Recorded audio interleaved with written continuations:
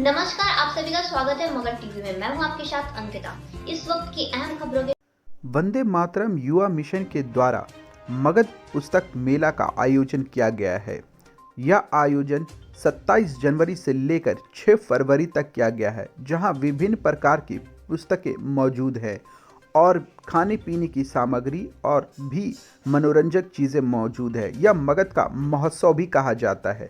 मगध पुस्तक मेला हर वर्ष के भांति इस वर्ष भी 27 जनवरी से 6 फरवरी तक आयोजन किया गया है, जिसमें सभी प्रकार की सांस्कृतिक कार्यक्रम के लिए मंच बनाया गया है। वहीं मंच पर पत्रकारों को बुलाकर प्रिंट व इलेक्ट्रॉनिक मीडिया के पत्रकारों से सवाल किया गया कि किन किन परिस्थितियों का और कठिनाइयों का सामना करना पड़ता है आज के समय में। वहीं पत्रकारों ने अपनी अपनी राय रखी। News 21 live Amit Raj, Taaza news Ramesh ji, Hindustan Aman and Saurabh, Magadh TV Shamshul Warsi. खुद वहां पहुंचती है और लोगों को वहां ले जाती है टीवी के माध्यम से, इलेक्ट्रॉनिक गैजेट्स के माध्यम से। लेकिन प्रिंट मीडिया क्या है कि किसी भी खबर को दिखाने के लिए वो वहां पहुंचती है, डिटेल में कवर करती है, फिर उन्हें लिखती है, फिर अगले दिन वो प्रकाशित होता है। तो अवेयर के साथ साथ ये जरूरी है कि जो भी हम इंफॉर्मेशन पहुंचा रहे हैं, एक स्टूडेंट या फिर जितने भी लोग हैं जो न्यूज देखते हैं या पढ़ते हैं, उन्हें ये समझना है कि हम जो देख रहे हैं या हमें जो दिखाया जा रहा है वो कितना सच है। उस फैक्ट को चेक करने की जरूरत है, वरना आप तक गलत इंफॉर्मेशन पहुंच जाएगी और आपको लगेगा ये तो मीडिया दिखा रहा है, कोई सच्ची होगी, लेकिन ऐसा नहीं है। कई बार होता है क्या कि इंफॉर्मेशन सही होते हैं के बारे में जानकारी दी और सोशल मीडिया के बारे में भी जानकारी दी कि हमें किस तरीके से अपनी चीजों को आगे रखना चाहिए। मैं एक और पॉइंट ऐड करना चाहूंगा चैलेंजेस में, क्योंकि जिस तरीके से हम फील्ड में काम करते हैं, हमें जो है हर वक्त कुछ ना कुछ नया और क्रिएटिव लाना पड़ता है।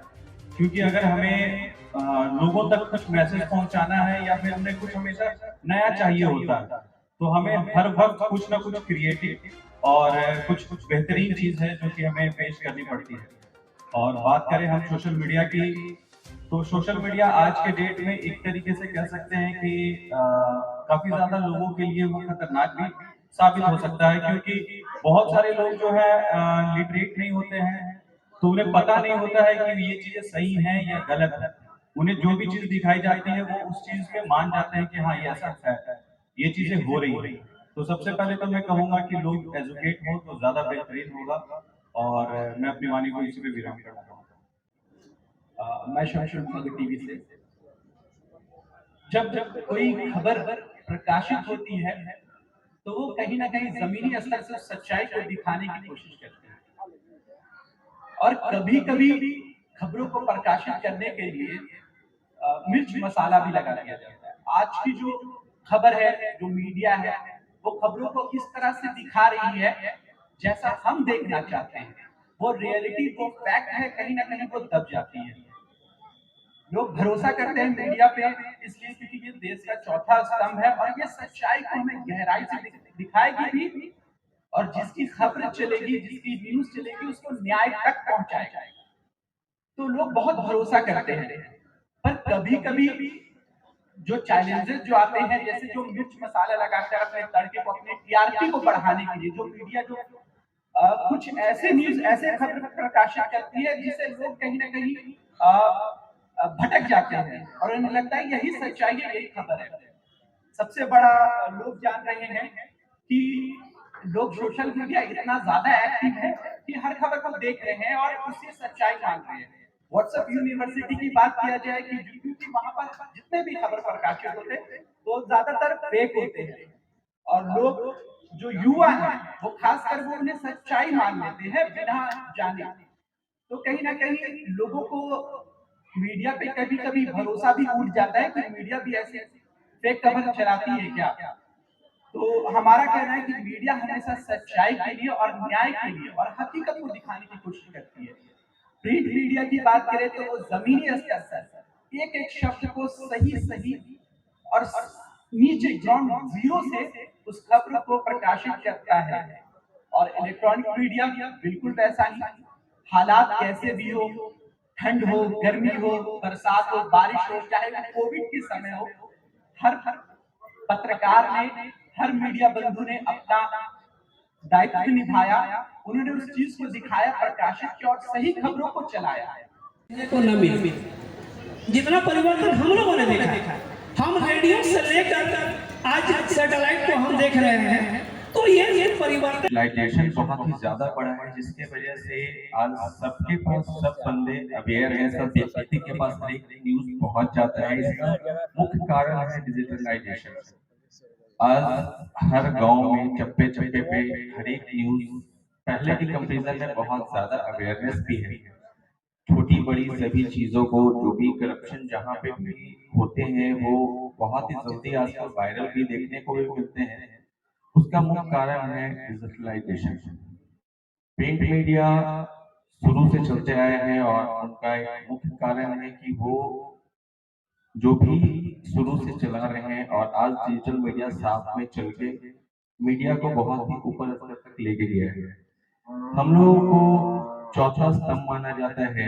मीडिया का मुख्य कार्य ये होता है कि सभी चीज को पारदर्शी तौर से, किसी भी निगेटिविटी पॉजिटिविटी सब चीज को पारदर्शिता से सभी चीज को पब्लिक के सामने लाना। किसी भी चीज को हम लोग अगर कहीं पे भी जाकर फेस करते हैं किसी भी कठिनाई को, तो हम लोग अच्छे भी चीजों को और बुरे भी चीजों को पब्लिक के सामने सभी चीजों को बिना किसी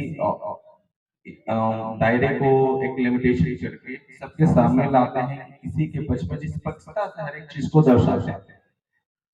आज के दौर में डिजिटल मीडिया हर एक इंसान, जैसा कि अभी हमारे कलीग ने बताया कि जितने भी व्यक्ति के पास आज फोन है, सब कोई एक तरह से वो भी मीडिया ऑपरेट कर रहे हैं किसी भी चीज के लिए। आज बहुत सारे ऐसे एप्लीकेशन भी हैं हमारे पास जिसके पास हर समय का अपना एक सच होता है। आज से 30 साल पहले देश की क्या स्थिति थी, समाज की क्या स्थिति थी, उसकी तुलना आप आज नहीं कर सकते, और आज से 30 साल बाद क्या स्थिति होगी उसकी तुलना भी आप नहीं कर सकते। वंदे मातरम, ये युवा मिशन 1906 में वंदे मातरम नामक अखबार निकाला था अरविंदो घोष ने।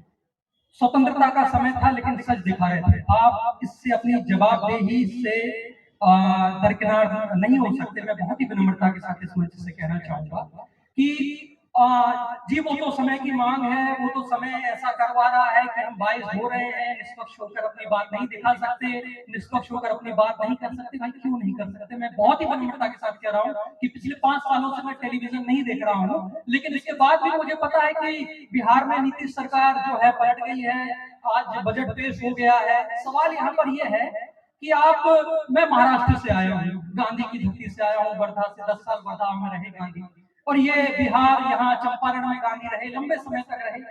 तो गांधी जो बात कह रहे हैं, जिन मूल्यों की बात कह रहे हैं, अंबेडकर जिन मूल्यों की बात कह रहे हैं, गणेश शंकर विद्यार्थी जिन मूल्यों की बात कर रहे हैं, या फिर स्वतंत्रता के पहले और स्वतंत्रता के बाद भी मैं अभी राजकमल प्रकाशन के स्टॉल पर था, प्रभाष जोशी की वहां पर किताब रखी हुई है, आप सभी जानते हैं। जनसंता में एक लंबे समय तक उन्होंने जो है भाषा की मर्यादा सिखाई, पत्रकारिता की मर्यादा सिखाई, पत्रकारिता मूल्यों के बारे में लोगों को अवेयर किया।